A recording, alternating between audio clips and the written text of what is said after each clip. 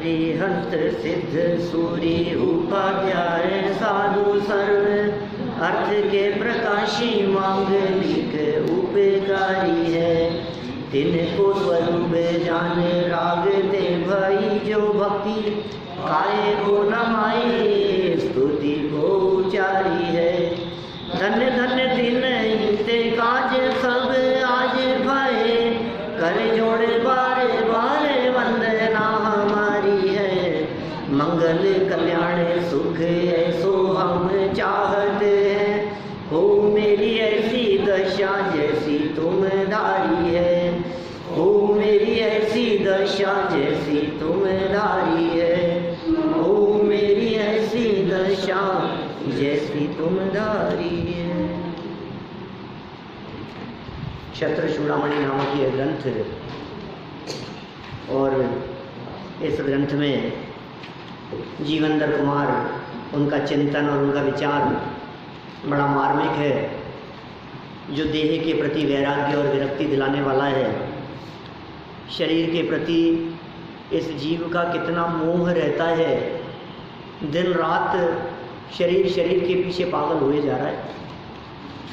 जो देखो सो सब शरीर के पीछे, खाता है तो शरीर के लिए, नहाता है तो शरीर के लिए, सोता है तो शरीर के लिए, घूमता है तो शरीर के लिए, जो काम करता है सब शरीर के लिए है।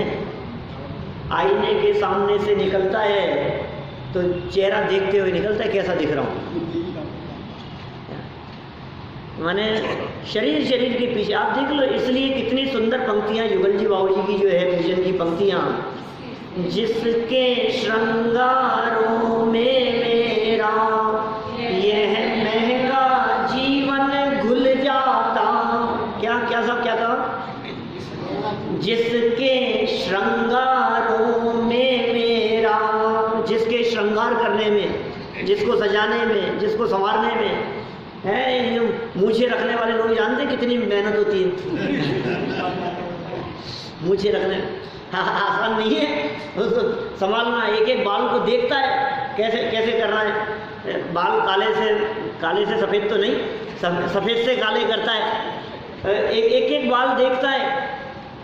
जिसके श्रृंगारों में मेरा यह महंगा जीवन घुल जाता। और शरीर कैसा है? अत्यंत अशुचि जड़ काया से इस चेतन का कैसा नाता। इस चेतन आत्म तत्व का कोई नाता नहीं है इस शरीर के साथ में। और सुबह उठने से लेकर इस शरीर की साथ संभाल शुरू होती है, सुबह उठने से और रात को सोते तक और सुबह वापस उठने तक शरीर इसको संभालता रहता है। ये है कैसा? अत्यंत अशुचि। अशुचि नहीं, अशुचि माने होता है अपवित्र, शुचि माने पवित्र, अशुचि माने अपवित्र। अत्यंत अशुचि। और कैसी? जड़, बेजान। इस काया से, इस चेतन तत्व का मेरा कैसा नाता है, जो मैं जन्म से लेकर मरण तक इस शरीर के पीछे पड़ा रहता हूँ। हाँ, और शरीर को संभालने में जो मैं खुद हूँ, अपना जो स्वरूप है उसे भूल गया। ये यहाँ समझा रहे हैं। देखो, इस शरीर के बारे में विचार तो करो। कई विद्वानों ने, हाँ, ब्यूटी पार्लर खुले हैं। ये तो पहले के ज़माने में तो नहीं होते थे ये सब सजने संवरने के लिए। और देखो, शादी विवाह के प्रसंगों पर वो घर की महिलाएं जा करके जो वो सजती है वहाँ, हमने तो अभी 2 दिन ऐसा देखा कि जिनके यहाँ शादी में गए थे, हम 2-2, 3-3 घंटा रुक करके आ गए, लेकिन वो पार्लर से नहीं आए, बिना मिले ही आए थे। अब बोलो,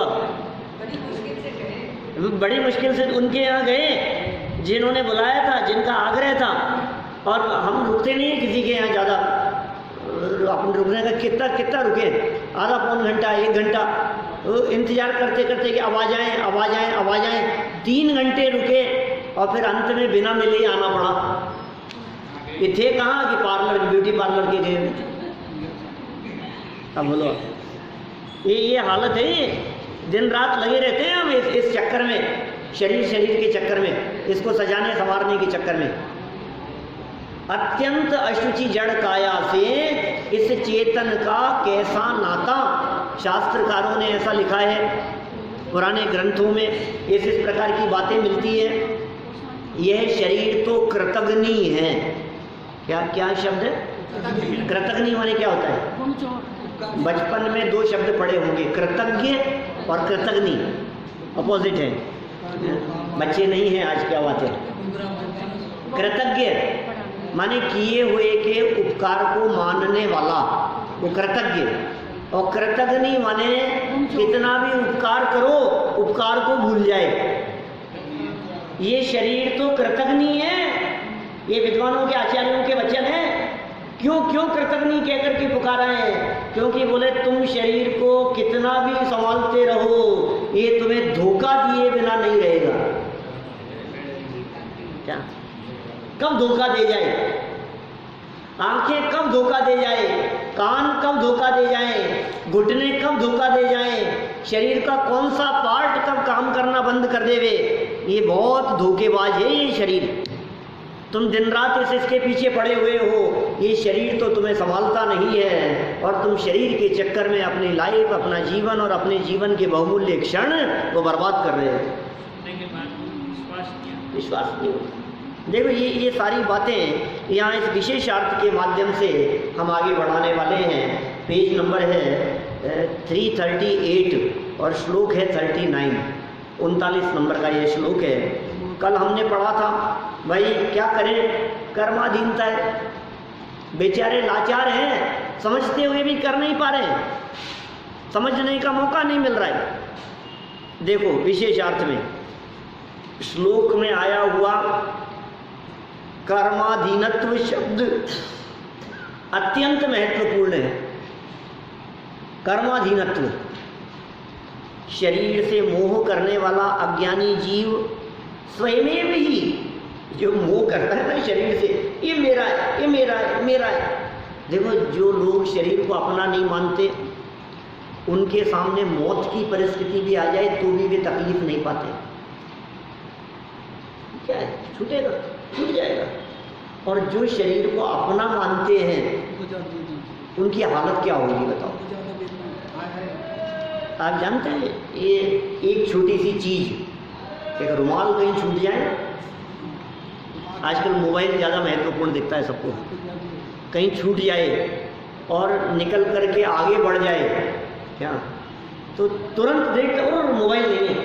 अभी की घटना 15 मिनट पहले की, मैं निकला वहाँ से घर से, तो निकलने पर जैसे ही थोड़ा आगे बढ़ा, आपको ध्यान है आपके सामने बाबा घूमा था मैं, तो क्या हुआ, मोबाइल घुमाया, छोड़ाया, गाड़ी में रह गया, वो मोबाइल लेने के लिए वापस गया। ज़्यादा दूर नहीं, मैं तो छोड़ भी देता, मुझे कोई फर्क नहीं, क्योंकि सुरक्षित तो था ही घर पे, लेकिन रिकॉर्ड करना था यहाँ। वापस ये छूट जाए थोड़ी देर के लिए, और कदाचित 10 मिनट देर हो गई आपको और पता नहीं, और जहाँ भूल करके आए थे वो 1-2 किलोमीटर दूर रह गया, आपने पीछे से फ़ोन मिलाया और वो स्विच ऑफ आ रहा है, बोलो कितनी घबराहट होती है। क्या क्या गया भैया, क्या चीज़ गई है? एक फ़ोन कितना महंगा होगा? 25,000 का, 50,000 का, लाख रुपए का आईफोन में होगा आपके पास में, लाख रुपए का होगा, इससे महंगा तो नहीं। एक चीज़ चले जाने पर आप कितनी तकलीफ पाते हैं, कितने विचलित हो जाते हैं, आकुलित व्याकुलित हो जाते हैं। आप जानते हैं ये शरीर जब छूटेगा तो कितनी कितनी तकलीफ होगी। अकेला शरीर नहीं छूटेगा, क्या क्या वस्तुएं, क्या क्या पदार्थ नहीं छूटेंगे, आपको इसकी कल्पना भी नहीं है। एक वस्तु के चले जाने पर इतनी तकलीफ हुए, और आप कल्पना करो मोबाइल के साथ साथ में, मोबाइल रखा था आपकी गाड़ी में, मोबाइल तो गया ही, और मोबाइल के साथ साथ में गाड़ी और चले गई। अब तकलीफ कितनी होगी? गाड़ी के साथ साथ में उसमें पैसे रखे थे और रखे थे, सब कुछ चले गए, कागजात भी चले गए गाड़ी के। अब आप रिपोर्ट भी लिखवाओ तो क्या कुछ नहीं है हमारे पास में, क्या कह करके रिपोर्ट लिखवाओ कि वो आपकी थी और क्या थी? कितनी तकलीफ होगी। और इतनी तकलीफ के साथ साथ में मान लो घर में किसी की डेथ हो जाए, घर के बच्चे मर जाएं, माता पिता का स्वर्गवास हो जाए, पत्नी चले जाए, पति का स्वर्गवास हो जाए, अब बोलो क्या स्थिति है। और यहाँ से घर जाओ क्या जैसे तैसे, तो घर पहुँचे तो पता लगा कि वो घर टूट गया, बोलो खंडर हो गया। अब बतलाओ तकलीफ, हालत कैसी हो जाती है। अब जितने बैंक में हैं पैसे वो तो मिल जाएंगे, टूटे फूटे खंडर से चेकबुक निकाली और बैंक गए तो मालूम चला बैंक बंद है, बैंक का दिवाला निकल गया, बैंक लुट गया था, तो वो तो अभी किसी को पैसे नहीं दिए जा रहे, कुछ नहीं, बाद में जब होगा तब होगा। बोलो क्या स्थिति होती है। ये तो अभी तो कुछ भी नहीं गया है, गया क्या है, तन पे कपड़े तो हैं तुम्हारे, थोड़ा बहुत तो है। मौत वो परिस्थिति है जब सब कुछ चीजें एक साथ छीन ली जाती है। सारी चीजें छीन ली गई, एक साथ ही चले गई सबकी सब। भाई ऐसा नहीं कि धीरे धीरे जाएंगी। अभी तो जिन संयोगों का वियोग हो रहा था भैया, वो धीरे धीरे हो रहा था, धीरे धीरे जा रही थी सब। अब जब मौत आई तो मौत का मतलब क्या है, हमारे से सारे संयोग, पूरा परिवार एक साथ मर गया हमारे लिए, उनके लिए हम मरे और हम चले गए, तो एक प्रकार से पूरे परिवार से वियोग हो गया ना। धन दौलत, वैभव, परिवार, संपदा, सब कुछ एक झटके से छीन लिया जाए, उसका नाम है मरण, उसका नाम है मौत। किसको होती है तकलीफ?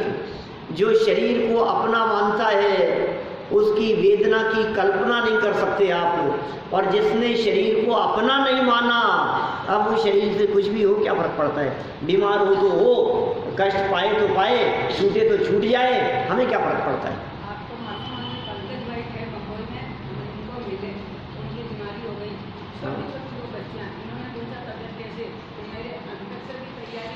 बोलो इतनी तैयारी होती है क्या?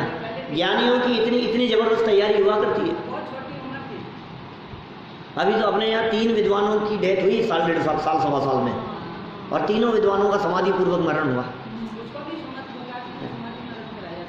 उत्तम चंद जी का छिंदवाड़ा में समाधि पूर्वक मरण, ज्ञान चंद जी का विदिशा में समाधि पूर्वक मरण, और अभी धन्य कुमार जी बेलोकर का गजपंथा में।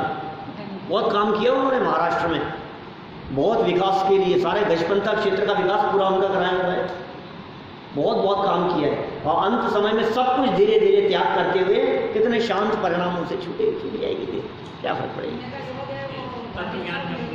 तत्व ज्ञान का प्रताप है, ये वेद विज्ञान की महिमा। देखो, आप यदि तकलीफ से बचना चाहते हैं, आप यदि परेशानियों से बचना चाहते हैं, आप शरीर से भिन्न आत्म तत्व का अनुभव करो, जो पीछे चर्चा चली थी। तुम इस बात को स्वीकार करो कि मैं आत्मा हूँ। हाँ, ये स्वीकार तो करो इस बात को। किस बात को स्वीकार करना है साहब? तेरा कर्तव्य क्या है? अपने आत्मा को या अपने आप को निजात्म तत्व स्वीकार करना ही कर्तव्य है। 7वें लंब का 18वें नंबर का श्लोक, क्या मुझे याद रखना दिमाग में, बहुत महत्वपूर्ण लाइन थी वो, जो पीछे हमने 18वें नंबर के श्लोक में पढ़ी है, हमेशा याद रखने योग्य है। कभी भी प्रसंग चले और अपना कर्तव्य याद करना हो तो याद करना। क्षत्र चूड़ामणि ग्रंथ के 7वें लंब के 18वें नंबर के श्लोक में आचार्य देव ने कहा, अपने आप को आत्मा स्वीकार करना तेरा कर्तव्य है, ये काम कर। तू अपने आप को शरीर मत स्वीकार कर, तू अपने आप को जवान मत मान, तू अपने आप को बूढ़ा मत मान, तू अपने आप को गरीब अमीर मत मान, तू अपने आप को दरिद्री दीनहीन मत मान, तू अपने आप को क्या स्वीकार कर? आत्मा स्वीकार कर, ये तेरा कर्तव्य है। जिसने अपने आप को आत्मा स्वीकार किया, बतलाओ अब घुटनों के दर्द से तकलीफ पाएगा कि नहीं? अब शरीर की इस अशुचिता की चर्चा को सुन सुन करके, जब ये अशुचिता की चर्चा सुनी, अब कितना तकलीफ पाएगा? अभी तक तो क्या होता था, किसी व्यक्ति ने हमारे को कह दिया, यार तुम बहुत काले हो गए यार, तो एकदम ऐसा मुस्कुराता हुआ चेहरा एकदम फीका पड़ जाता था। ये क्या हो गया, चेहरे पर कितनी झुर्रियाँ पड़ गई, ये क्या क्या हाल बना रखा है तुमने? इतना कहते ही हम तो बिल्कुल जैसे डिप्रेशन में। अभी बोलो, सही बात है। ये तैयारी तो लगातार चलनी चाहिए। देखो आप सोचना, जरा कल्पना करना। क्या भैया? दूसरी डाल का छठा छंद, दूसरी डाल की छठे छंद में क्या है? मैं सुखी दुखी में रंग राव, जीव अजीव तत्व संबंधी भूल। क्या? तन उपजत अपनी उपज जान, तन नशत आपको नाश मान। क्या? शरीर की उत्पत्ति में अपनी उत्पत्ति मानता है, शरीर के नाश में अपना नाश मानता है। क्या? अभी कितनी तकलीफ होती है, शरीर को कोई व्यक्ति कुछ कह देवे, अरे यार ये आपके सारे बाल ही उड़ गए, क्या हुए ये इतने सफ़ेद बाल सर में। कोई व्यक्ति शरीर के बारे में कुछ गलत कह देवे, कोई अच्छी बात ना कहे, तो तुरंत हमें कितना दुखी फील होते हैं हमें कैसा लगता है, कैसा महसूस होता है। यहाँ कह रहे हैं इतनी अशुचिता का वर्णन कर देने के बावजूद भी ज्ञानी को तकलीफ क्यों नहीं होती, क्योंकि वो जानता है ये कितनी भी अशुचिता की बात करो, ये अशुचिता मेरी नहीं है, ये अशुचिता शरीर की है, ये तकलीफ शरीर की है। क्या? ये जितनी भी तकलीफ है, जितनी भी मलिनता है, मलमूत्रमय जिसके बारे में कहा गया है, ये मेरा नहीं है। देखो विशेषार्थ की कितनी सुंदर पहली लाइन श्लोक में आया हुआ कर्माधीनत्व तत्व, ये शब्द अत्यंत महत्वपूर्ण है। शरीर से मोह करने वाला अज्ञानी, शरीर के प्रति मोह करता है, ये अज्ञानी जीव स्वयमेव ही प्रसन्नता पूर्वक कर्म के अधीन हो गया है, हो रहा है। क्या? स्वयं ही कर्म के अधीन हो गया है, स्वयं ही कर्म के अधीन हो रहा है? कर्म ने जीव को अपने अधीन नहीं बनाया है, स्वयं बना। कैसे बना? ये कर्म के उदय में अपनापन करके, कर्म के उदय से प्रभावित होकर स्वयं उसके अधीन हो रहा है। ये कर्म दुखी नहीं करते किसी को। क्या साहब? क्योंकि द्रव्य कर्म है ना, ये किसी को दुखी नहीं करते। सच्चाई यही है, ये जनागम का मर्म है सब। क्या करें साहब, पाप कर्म के उदय से दुखी हैं, पाप कर्म के उदय से दुखी है। पाप कर्म के उदय से दुखी नहीं है, पाप कर्म के उदय से प्रतिकूलताएं हैं। नौकर्म मिलेंगे ना, द्रव्य कर्म के उदय से नौकर्म मिलेंगे, तो पाप कर्म के उदय से परिस्थितियां प्रतिकूल हैं। लेकिन तू अपनी मनस्थिति को संभालेगा तो ये कर्म का उदय तुझे तकलीफ नहीं देगा। सहज शांत भाव से रहे इस प्रतिकूल परिस्थिति में भी। ये ज्ञानी जीव शांत भाव से रहते हैं, ये अपार शांति का वेदन करते हैं। अज्ञानी जीव जो देह को अपना मानता है, वो अपने आप को कर्म अधीन स्वीकार करता है। मैं क्या करूँ साहब, मेरे हाथ में क्या है, अरे राम मेरे तो ऐसे ही पाप कर्म का उदय, मेरे पाप कर्म का उदय, मैं क्या करूँ? कि तेरे पाप कर्म का उदय, तू रोता है पाप कर्म के उदय से? देख ज्ञानियों को कि नहीं साहब, पाप कर्म का उदय तो बड़ा खतरनाक होता है। पाप कर्म का उदय देखो, पाप कर्म के उदय से ये जीव 11वें गुणस्थान तक जाकर के भी नीचे गिर जाता है। कर्म ने गिराया ना, क्या करें? देखो पाप कर्म का उदय ऐसा हो गया, उनके साथ ऐसा हो गया। अरे भाई साहब, ये पाप कर्म से तो भगवान बचाए, भगवान बचाए। भगवान ने दिए थे क्या पाप तुझे जो भगवान बचाएंगे? अपने परिणामों से दुखी है, कर्म से दुखी नहीं है। अपना दोष कर्म के ऊपर लगाएगा तो कर्म तुझे कभी नहीं छोड़ेंगे, और अपने स्वभाव की तरफ लक्ष्य करेगा तो कर्म थोड़ी देर तो तकलीफ देते हुए दिखाई देंगे और फिर छोड़ के भाग जाएंगे। ऐसा ही हाल है। पत्थर बरसाता रहा, कमठ उपद्रव करता रहा, फिर थोड़ी देर बाद में क्या हुआ? जब पार्श्वनाथ स्वामी अपने घर से बाहर नहीं निकले, कहाँ चले गए थे पार्श्वनाथ स्वामी? अपने स्वभाव में चले गए, अपने घर में चले गए। पार्श्वनाथ स्वामी चले गए अपने घर में, और वो पत्थर कहाँ बरसा रहा था? पड़ोस में, शरीर के ऊपर बरसाने का प्रयास कर रहा है। सोच रहा है अब दुखी हो जाएंगे, अब दुखी हो जाएंगे। इन्हें तो फर्क ही नहीं पड़ रहा है, दरवाजे बंद करके अंदर बैठे। बोलो, आपके दरवाजे पर आकर के कोई उपद्रव मचाता रहे और आप दरवाजे बंद करके एसी चलाकर, टीवी चलाकर हैं अंदर बैठे हो मजे से, आपको क्या फर्क पड़ रहा है? हो रहा होगा कुछ नहीं। कितनी आंधी चल रही है ना आजकल, 1-2 दिन से बाहर बहुत। और जिनके दरवाजे बंद हो उन्हें कितनी तकलीफ है। तो अरे नहीं साहब बहुत धूल मिट्टी हो जाती है, बहुत कचरा हो जाता है, कितनी आंधी, अंदर देखो धूल ही धूल। ये दरवाजे बंद रखो ना, तुम दरवाजे खुले रखते हो, घर से बाहर निकलते हो तो कष्ट पाते हो, घर में रहने वाले को काहे की तकलीफ बताओ। और सुनो, घर से बाहर निकलते ही तकलीफ है क्या? परदेश कलेश नरेशन को, क्या नीतिकारों की नीति है दीपेश जी, परदेश कलेश नरेशन को।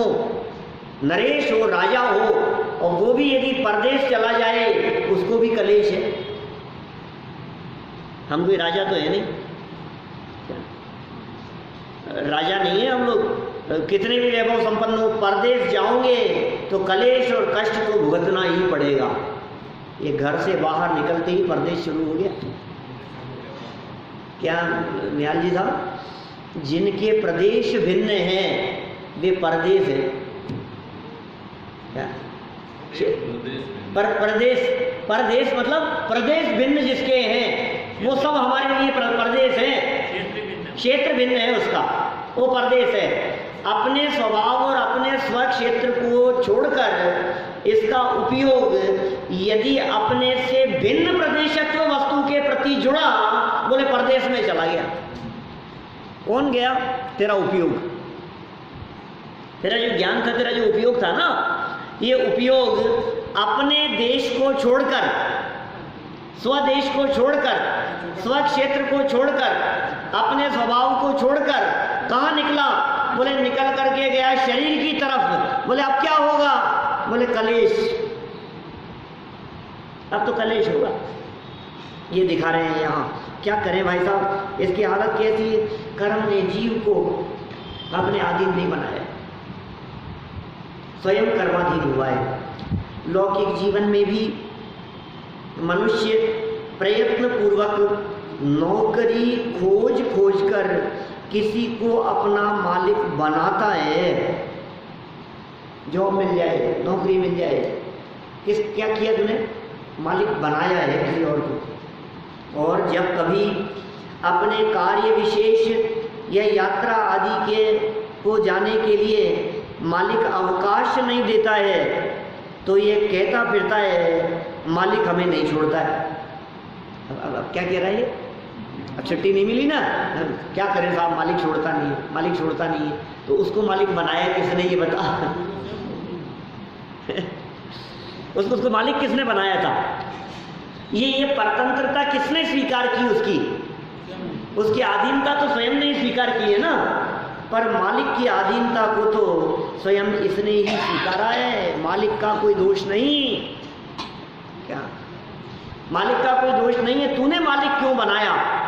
आज यदि तू नौकरी छोड़कर स्वाधीन हो जाता है तो बता, फिर तुझे वो रोक सकता है क्या? फिर नहीं रोक सकता है। तूने स्वयं ने पहले उसे मालिक बनाया, तूने स्वयं ने उसकी अधीनता स्वीकार की। अब कर्म का उदय दिखता है तो तू ये कहता है मैं क्या करूँ? अब कर्म का उदय, अरे भाई छोड़, दृष्टि हटा कर्म के उदय से और देख अपनी ओर। देखो कितनी सुंदर बात कह रहे हैं आगे। इसी तरह जीव ने स्वयं राग द्वेष करके कर्मों का बंध किया है। इस जीव ने क्या किया? स्वयं राग द्वेष किए और कर्म का बंध किया है। और अब उन कर्मों के उदय काल में, कर्म के उदय काल में उनके निमित्त से स्वयं अपने परिणाम बिगाड़ता है। क्या कितनी सुंदर बात कह रही है। जीव ने किए राग द्वेष, किसने किए? जीव ने। बस इसीलिए तो काम नहीं हो रहा है। जीव ने किए राग द्वेष, अरे हमने किए क्या? जीव माने कौन? ये जीव और आत्मा शब्द जब यहाँ शास्त्र में आता है तो ऐसे पढ़ते हैं जैसे थर्ड पार्टी की बात पढ़ रहे हैं।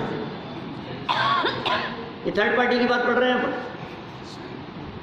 किसकी चर्चा चल रही है?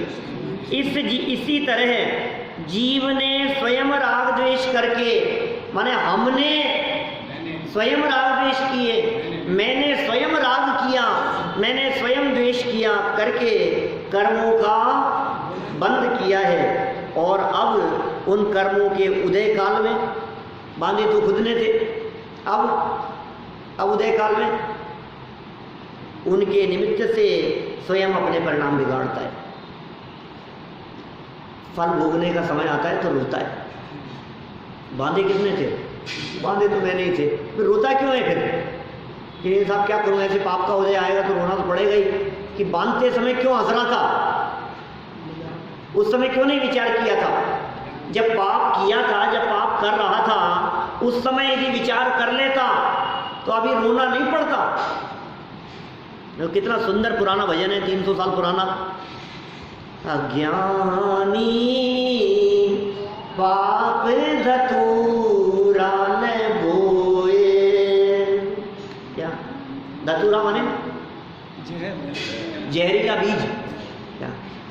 अज्ञानी पाप धतूरा न बोए। फिर आगे क्या लिखा?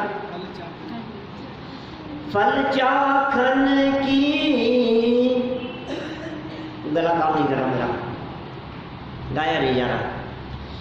फल चाखन की बाण भरे द्रग, मरे है मूरख रोए। अज्ञानी पाप धतूरा न बोए। बोलो, फल चखने की बार जब आएगी, भरे द्रग, आंखों में से आंसू बहेंगे, मरेगा मूर्ख रोएगा, मरी है मूर्ख रोए। तो क्या कह रहे हैं? इसलिए सुन, अभी पाप मत कर, अभी ये पाप का बीज मत बो। यदि तू ये पाप का बीज बोएगा तो फिर क्या रहेगा कि जो फल लगेंगे, रोना पड़ेगा तुझे। भविष्य में यदि रोना नहीं चाहता हो तो वर्तमान में ऐसे काम मत कर जो रोने के काम हो, जो भविष्य में रोने के लिए हो। ऐसे काम मत कर। अरे साहब इतना बड़ा संकट आ गया, मत रो, कोई बात नहीं, हिम्मत रख, हिम्मत से काम ले। तेरी हिम्मत वर्तमान में तो उस संकट से उबारेगी ही, और भविष्य में भी नया संकट नहीं दिलाएगी। तू परिणाम बिगाड़ता है। देख, राग द्वेष तूने किए थे, कर्म बंधे थे, उन कर्मों का फल मिला है। अब खोटा फल मिलने के बाद में करता क्या है कि खुद परिणाम बिगाड़ता है। उदय काल में उनके निमित्त से स्वयं अपने परिणाम बिगाड़ता है। और परिणाम बिगाड़ेगा तो किसका बिगड़ेगा? सामने वाले का। आने दो उसको, ऐसी तैसी कर दूंगा उसकी, कि उसकी ऐसी तैसी होगी कि नहीं होगी। तूने अपने परिणाम बिगाड़ के खुद की कर ली, क्यों? देख लेंगे उसको, हम भी उसको सबक सिखा देंगे, ऐसा कर लेंगे उसके साथ में। क्या कर देगा? अरे हाथ में है क्या? चलती काएं तेरी? एक नाखून इधर से उधर हो जाए, तेरी चलती नहीं है, तो सामने वाले का बदल देगा, कर देगा। देख लेंगे हम भी। यही तो हम कह रहे हैं भैया, सिर्फ देखने का ही काम करो, ज्ञाता दृष्टा रहो, ये देख लेंगे, देख लेंगे। ये सुन, आज तक अनादिकाल से तूने देखा नहीं, इसलिए तो दुख पा रहा है। एक बार यदि तू देखना सीख ले, ज्ञाता दृष्टा रहना यदि तू सीख ले, तो फिर तकलीफ नहीं होगी। तकलीफ ही इस बात की है कि ज्ञाता दृष्टापन छोड़कर कर्ता धर्ता बनता है, ये तकलीफ है। परिणाम मत बिगाड़, ये तेरी पूंजी है, ये तेरी संपदा है। कर्मों के उदय काल में उनके निमित्त से स्वयं खुद ही अपने परिणाम बिगाड़ता है, अपने भाव बिगाड़ता है। अपराध स्वयं करता है और आरोप कर्म पर लगाता है। तो ये ना मोक्ष मार्ग प्रकाशक का प्रसंग देखिए, मोक्ष मार्ग प्रकाशक अध्याय 9 पृष्ठ क्रमांक 311। क्या लाइन लिखी है वहां? अपराध स्वयं करता है और अपना दोष आरोप कर्म पे लगाता है। मैं क्या करूं? कर्म है साहब, मैं क्या करूं? गुस्सा क्यों कर रहा है? क्या करूं साहब, क्रोध नामक कर्म का उदय है। झूठ बोलता है, जबरदस्ती कर्म के ऊपर दोष लगा रहा है। ये उल्लेख है वहां, अपराध स्वयं करता है और दोष कर्मों को देता है। ऐसी अनीति जैन धर्म में तो संभव नहीं है। कितना सुंदर वाक्य, कई बार बोलते ना, ऐसी अनीति जैन धर्म में संभव नहीं है। दोष स्वयं करता है और दोष कर्म के ऊपर लगाता है। गलती खुद ने की, दोषारोपण कर्म के ऊपर कर दिया, ये अनीति है, ये बेईमानी है, ये धोखाधड़ी है, ये नहीं चलेगी। ये सब मैंने क्या धोखा किया है, ये धोखा दे रहा है, तो गलती खुद कर रहा है, दोष कर्म, कर्म का दोष बतलाना अनीति है। लो ये क्या कह रहे हैं, कर्म का दोष बतलाना धोखाधड़ी है, कर्म का दोष बतलाना बेईमानी है, ये कर्म का दोष बतलाना सज्जनता नहीं है। ये कैसी बातें कर रहे हैं? फिर इसका क्या होगा, ये कर्म पूरब किए खोटे सहे क्यों नहीं जीरा। तो कर्म दे रहा है ना सजा। बोलो ये इस लाइन का क्या होगा? एक तरफ तो आप ये कह रहे हो दोष कर्म के ऊपर लगाना अनीति है, बेईमानी है, अन्याय है, गलत बात है, ये ठीक नहीं है दोष कर्म के ऊपर लगाना। दूसरी तरफ शास्त्र भरे पड़े ऐसी बातों से, जे कर्म पूरब किए खोटे सहे क्यों नहीं जिए रहा। सुनो सुनो, ऐसा नहीं कहा है कि कर्म तुझे तकलीफ दे रहा है, वहां तो यही कहा है कि तूने किए थे इसलिए तू ही भोगेगा, कर्म का कसूर नहीं है।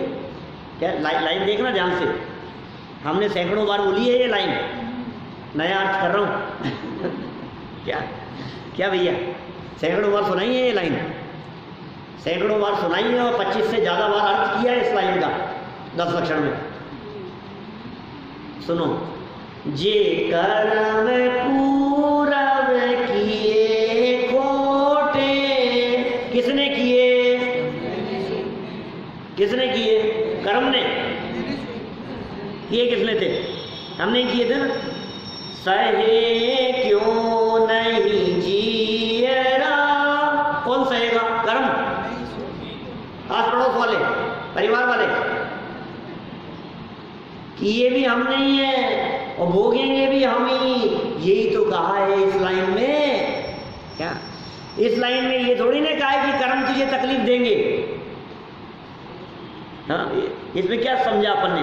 अरे नहीं साहब, कर्म का फल मिलेगा, भोगना ही पड़ेगा साहब, हम क्या करें साहब, कर्म तो अच्छे अच्छों को छोड़ते नहीं है, कर्म तो सबको सजा देते हैं, कर्म का फल तो सबको मिलता है। ये कर्म पूरब किए खोटे सहना ही पड़ेगा साहब, कर्म का फल मिलेगा, भोगना ही पड़ेगा। अरे लेकिन किए खुद ने थे, उसको भोग रहा है, कर्म को नहीं भोग रहा है। कर्म तकलीफ नहीं दे रहा है, कर्म ने तेरा नहीं बिगाड़ा है, तूने बिगाड़ा था अपने आप का, उसका रिफ्लेक्शन यहाँ दिखाई दे रहा है। क्या बिगाड़ा था तूने? तूने ये बिगाड़ा था कि अपने आप को आत्मा स्वीकार नहीं किया था। ये बिगाड़ है सबसे बड़ा, ये स्वीकार कर तू अपने आप को आत्मा।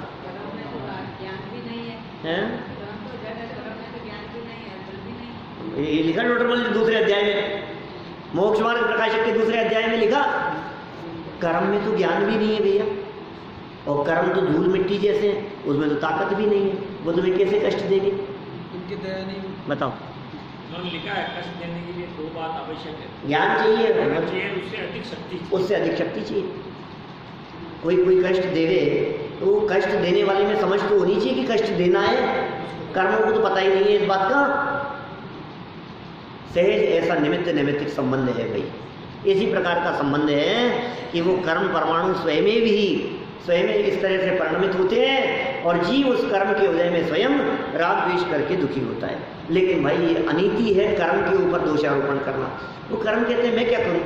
अच्छा बतलाओ, मैं आपसे एक बात पूछता हूं, किसी व्यक्ति ने कुछ गलती की, कुछ अपराध किया, कुछ हत्या कर दी, चोरी कर दी, बेईमानी कर दी, पुलिस पकड़ करके ले गई, केस चला उसके ऊपर, केस चलने के बाद में जो मजिस्ट्रेट था उसने सज़ा सुना दी, मजिस्ट्रेट ने सज़ा दी। अब मजिस्ट्रेट ने सज़ा दी तो वो जो व्यक्ति है जिसको जेल हो रही है वो ये कहे कि यार मैं क्या करूँ, सारी गलती इस मजिस्ट्रेट की है, ये मुझे सज़ा दे रहा है। मजिस्ट्रेट से पूछो क्यों साहब तुमने क्यों सज़ा दी इसको? तो यार मैं क्या करूँ, मेरा कुछ करता, मैं कुछ नहीं हूँ करने वाला, इसने की थी उसकी सज़ा मिल रही है, मैं नहीं हूँ। माने कर्म से यदि आप पूछोगे कि भैया क्यों तकलीफ दे रहा है, तो कर्म क्या कहेगा? मैं नहीं देना चाहता हूँ भैया, मेरा कुछ लेना देना नहीं है इसमें, ये तो जैसा इसने किया था ना। क्या वो मजिस्ट्रेट कहेगा मुझे तो हस्ताक्षर करने पड़ रहे हैं, मुझे तो इसको ये सजा लिखनी पड़ रही है, मैं नहीं हूँ, मैं नहीं चाहता था कि कि मैं इसको सजा दूं। अच्छा बतलाओ, मजिस्ट्रेट का यदि कोई सगा जानने वाला परिचित हो, उनका भांजा हो, उनके चाचा जी हो, उनके काका जी हो, कोई भी हो, समझ लो आप, है ना, उसके ऊपर केस चल रहा है। अब वो बहुत अपनापन भी है, लेकिन लिखना पड़ रहा है, उसको सजा देनी पड़ रही है। अब वो कहेगी तुमने क्यों दी सजा, तुम्हारे हाथ में थी ना चलाना, फिर क्यों दी? अरे यार मैं क्या करूं यार, ये जो है ना, ये किताबों में लिखा है, ये ऐसा ही है, ये लिखना जरूरी है, मैं छोड़ नहीं सकता था तुम्हारे को, नहीं छोड़ना है, मैं ऐसा छोड़ ही नहीं सकता हूं, मैं क्या करूं, मेरी गलती नहीं है। ऐसी कर्म की कोई गलती नहीं है, कर्म बेचारे कौन, भूल मेरी अधिकाई, पूजन की पंक्तियां हैं, कर्म बेचारे कौन भूल मेरी अधिकाई, अग्नि सहे घन घात लोहे की संगति पाई। अग्नि भी पिटती है, पता है आपको, कब? लोहे की संगति में। लोहे को जो गर्म किया जाता है, क्या लाल सुर्ख हो जाता है वो लोहा, तो पीटते हैं उसको, तो कौन पिट रहा है? अग्नि भी पिट रही है। ये क्यों पिट रही है? कि तूने लोहे का साथ दिया, लोहे की संगति करी तो पिट रही है। अब बता कि क्यों तकलीफ पा रहा है? कि मैंने इस शरीर के प्रति अपनापन किया, इसलिए तकलीफ पा रहा हूं। कि तकलीफ से बचना हो तो उपाय क्या है? ये संगति और साथ छोड़ दे शरीर का, फिर तकलीफ नहीं मिलेगी तुझे। देखो क्या कह रहे हैं यहाँ, जीवंदर कुमार का दूर जाने का विचार बना लिए भैया, ये यहाँ रहना ठीक नहीं है, इस जगह पर ये गलत इरादे हैं इसके, सामने से जो ये आ रही है, यहाँ से अपन बढ़ जाओ आगे।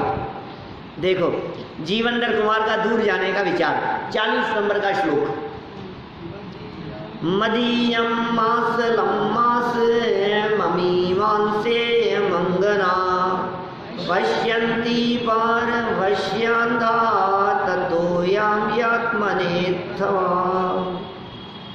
विचार शून्य यह स्त्री, विचार से शून्य है, बिल्कुल विचार नहीं कर रही है, बुद्धिहीन है, इसमें बिल्कुल समझ नहीं है। विचार शून्य यह स्त्री हष्ट पुष्ट मेरे शरीर को देखकर काम की पराधीनता से अंध हो गई है। इसके हित के लिए अथवा अपनी आत्मा के हित के लिए मैं यहाँ से जाता हूँ। पहले से उसका भी भला है और मेरा भी भला है। वो अंध हो गई है, उसको कुछ विवेक नहीं है, वो काम से पराधीन होकर के अंध हो गई है, तो इसलिए यहाँ से चले जाने में ही समझदारी है। देखिए सरल अर्थ पढ़ते हैं, बात क्या कह रहे हैं। जीवंदर कुमार विचार कर रहे हैं कि विवेकहीन यह विद्याधरी युवती, देखो जब विवेक चला जाता है ना तो कुछ नहीं सूझता है इसको, क्या काम जो है ना विवेक को खा जाता है, क्रोध भी खा जाता है। दुनिया के जितने विकार हैं ये सारे के सारे विकार हमारे ज्ञान को और विवेक को खा जाते हैं। जब अंदर में अभिमान चढ़ता है तो ज्ञान चला जाता है, जब मायाचारी हावी होती है तो ज्ञान चला जाता है, जब लोभ हावी होता है तो ज्ञान को पता नहीं कहाँ ताक में। ये सौदा करने से पहले बुद्धि नहीं थी क्या? बिल्कुल भी तुझे पता नहीं था क्या? ये इतना भी कोई देता है क्या? कहाँ से मिलेगा? लेकिन वो जो लोभ था ना वो इतना हावी हो गया क्या कि वो तेरे ज्ञान, तेरी बुद्धि, तेरी समझदारी को ताक में धर दिया और तू आ गया चक्कर में। लोभ खा जाता है। लोभ हो चाहे मायाचारी हो, मान हो चाहे क्रोध हो, काम हो, ये सारे विकार जितने विकार हैं ये सारे के सारे विकार इस जीव को विवेक शून्य कर देते हैं। यह जीव विचार शून्य हो जाता है, विवेक शून्य हो जाता है, बुद्धिहीन हो जाता है। हम क्या कहें, इसकी बुद्धि पे पत्थर पड़ जाते हैं। ये कह रहे हैं जीवंदर कुमार विचार कर रहे हैं, ये तो समझदार है, ये तो विवेकवान है, विवेक शून्य तो वो है। ये जीवंदर कुमार विचार कर रहे हैं कि विवेकहीन ये विद्याधरी युवती मेरे हष्ट पुष्ट एवं सुंदर शरीर को देखकर कामंद हो गई है, अतः इसके शील की रक्षा के लिए उसके शील की रक्षा के लिए और अपने हित की दृष्टि से मैं स्वयं ही इस वन को छोड़कर अन्यत्र चला जाता हूँ। हित को छोड़ करके मैं अन्यत्र चला जाता हूँ, दूसरी जगह पर मुझे चले जाना चाहिए। देखिए विशेषार्थ में मार्ग में गमन करते समय अपनी ओर कोई अविवेकी सांड उद्यम मचाता हुआ और हुंकार करता हुआ आ रहा हो तो विवेकशील मनुष्य को स्वयं अपना रास्ता बदलकर सुरक्षित मार्ग से चले जाने में ही हित है। कितना कितना सुंदर उदाहरण दिया, बोलो क्या करें। कोई सामने से सांड को चला आ रहा है भागता हुआ, क्या करो? तो बैल आ रहा है सामने से, भैंस आ रही है, गाय आ रही है, कोई भी, और कोई उधम मचाता हुआ उछल कूद करता हुआ तुम्हारे ही पास में आ गया, अब क्या करना है? बोलो खड़े रहो, आने दो, या तुम उसकी तरफ बढ़ोगे? रास्ता बदल लो भैया साइड में। ये तो तूफान तक में रास्ता बदल लेते हैं। आपको पता है ये जो समुद्री मार्ग से जाने वाले जितने लोग होते हैं उन्हें यदि पता चल जाए कि 10-20-25 किलोमीटर बाद में कोई तूफान आ रहा है, इस तेज गति से इस तरफ बढ़ रहा है, वो रास्ता बदल लेते हैं अपना। जिस रास्ते पर तूफान आने की संभावना है ना, और इतना तक पता लग जाता है कि 2 दिन बाद में इधर से तूफान होकर के गुजरेगा, 2 दिन बाद में उनके सारे वो यंत्र मशीनें सब बतला देती हैं वो, तो उस रास्ते पर चलते नहीं हैं, वो दूसरा रास्ता चलते हैं। समुद्री मार्ग भी विमान चलाने वाले कोई समझदार व्यक्ति आ बैल मुझे मार ऐसा काम नहीं करेगा। तो अपना रास्ता बदलने की बात कही। मार्ग में गमन करते समय अविवेकी सांड चला आ रहा है दौड़ता हुआ, उधम मचाता हुआ चला आ रहा है, हुंकार करता हुआ चला आ रहा है। कोई शेर आ जाए, कोई जानवर, ये तो छोड़ो, सामने से कोई कुत्ता भी आ रहा हो क्या, ये अपना रास्ता बदल लेता है। बिल्ली रास्ता काटे तो कई बदलते ये रास्ता बदल लेना चाहिए। विवेकशील मनुष्य को स्वयं अपना रास्ता बदलकर सुरक्षित मार्ग से चले जाने में ही हित है। अतः जीवंदर कुमार का वहाँ से अन्यत्र दूर जाने का विचार योग्य ही है। बात तो बहुत नीतिकारों की ऐसी गजब की कह दी है। समझदारी के लिए समय तो हो गया है अपना, आगे तो नहीं बढ़ूंगा, लेकिन इतनी सुंदर बात इन्होंने यहाँ कह दी है, विवेकवान व्यक्तियों की बात है। आप देखिए, जहाँ आपके लोभ उत्पन्न होने की संभावना हो, जहाँ आपके क्रोध उत्पन्न होने की संभावना हो, ये क्या कह रहे हैं? ये प्रसंग तो इन्होंने ये बतलाया है कि वो छोड़ करके चला गया। उदाहरण में इन्होंने ये कहा है कि कोई व्यक्ति उपद्रव करता हुआ दिखाई देवे या कोई बैल सांड इस तरह से दौड़ता हुआ आए तो रास्ता बदल लेना चाहिए। लेकिन इसके कितने मर्म निकलते हैं इस वाक्य के। ऐसे प्रसंग पर नहीं बैठे रहना चाहिए जिस प्रसंग पर कोई व्यक्ति आपके ऊपर क्रोध करता हुआ दिखाई दे रहा है। ऐसी जगह पर नहीं बैठे रहना चाहिए जहां आपके परिणाम बिगड़ने की संभावना दिखाई दे रही है। ऐसी जगह पर, ऐसे शोरूम पर नहीं घुसना चाहिए जिस जगह पर आपका मन बहुत अधिक लोभ से लालायित हो जाए, नहीं और गजब की चीज़, अरे यार इसको तो ले ही लो। तो भाई साहब आप कंट्रोल करो। कितनी सुंदर सुंदर बातें, कितने रहस्य निकलते हैं भैया, बतलाओ इसमें से कितनी बातें निकलेगी अपने लोभ को कंट्रोल करने के लिए। ऐसे प्रसंगों से बचना चाहिए जिन प्रसंगों से अपना विवेक शून्य होता हुआ दिखाई देवे, जहां अभिमान तीव्र होने की संभावना हो, उनसे बचना चाहिए। सर्व विकारों से बचने की बात करें, समझदार आदमी क्या करेगा बतलाओ। जहाँ अभिमान होने की संभावना हो, जहाँ लोभ होने की संभावना हो, जहाँ क्रोध आने की संभावना हो, जहाँ काम विकार उत्पन्न होने की संभावना हो, जहाँ विषय दशाएं तीव्र उत्पन्न होने की संभावना हो, तो समझदार व्यक्ति अपने आत्म कल्याण की भावना से मार्ग बदल लेता है, रास्ता अलग चुन लेता है। निर्णय महत्वपूर्ण है। ऐसी जगह पर मत जाओ जहाँ जो आपके बैठने योग्य जगह नहीं हो। जिस जगह पर बैठ करके लोग ताश पत्ती खेल रहे हो, ये क्या करें? बैठ जाओ भाई, बैठे मत रहना। क्या रास्ता बदल लेना अपना। ये सज्जन पुरुषों के बैठने योग्य जगह नहीं है। क्या 4 लड़के लोग मिलकर के शराब पी रहे हो, अब ये बैठने योग्य जगह नहीं है, रास्ता बदल लेना अपना। अरे नहीं, अपने क्या फर्क पड़ता है। काजल की कोठरी में की तो ही प्रवीण जाए, एक दाग लागे पर लागे ही लागे है। रास्ता बदलने के लिए कह रहे हैं, जगह बदल लो, ठिकाना बदल लो। जहाँ आपको कहीं कुछ गलत होने की संभावना दिखाई देवे, अरे जहाँ आपको रास्ते में चलते हुए पैर फिसलने की संभावना दिखाई देवे, तो रास्ता बदल करके चलो ना सावधानी से। उस चिकनाई के ऊपर पाँव क्यों रखते हो कि नहीं नहीं फिर भी देखता हूँ, मैं फिसलूंगा नहीं, बहुत सावधानी से चलूंगा मैं तो। अरे तो इधर सूखा है ना दूसरी जगह, उधर से क्यों नहीं चलता है? बात एक कही है, लेकिन ये नीतिकारों के इस वाक्य के पीछे छिपा हुआ मर्म बहुत गंभीर है। कदम कदम पर सावधानी रखने की प्रेरणा यहाँ मानो वादिक सिंह सूरी ने हमें प्रदान की है, और हम सभी अपने जीवन में हर जगह पर सावधान रहेंगे। किसी भी प्रकार की कषाय हो और किसी भी प्रकार का विकार हो, सब जगह पर अपने आप को सुरक्षित और सावधान रखेंगे।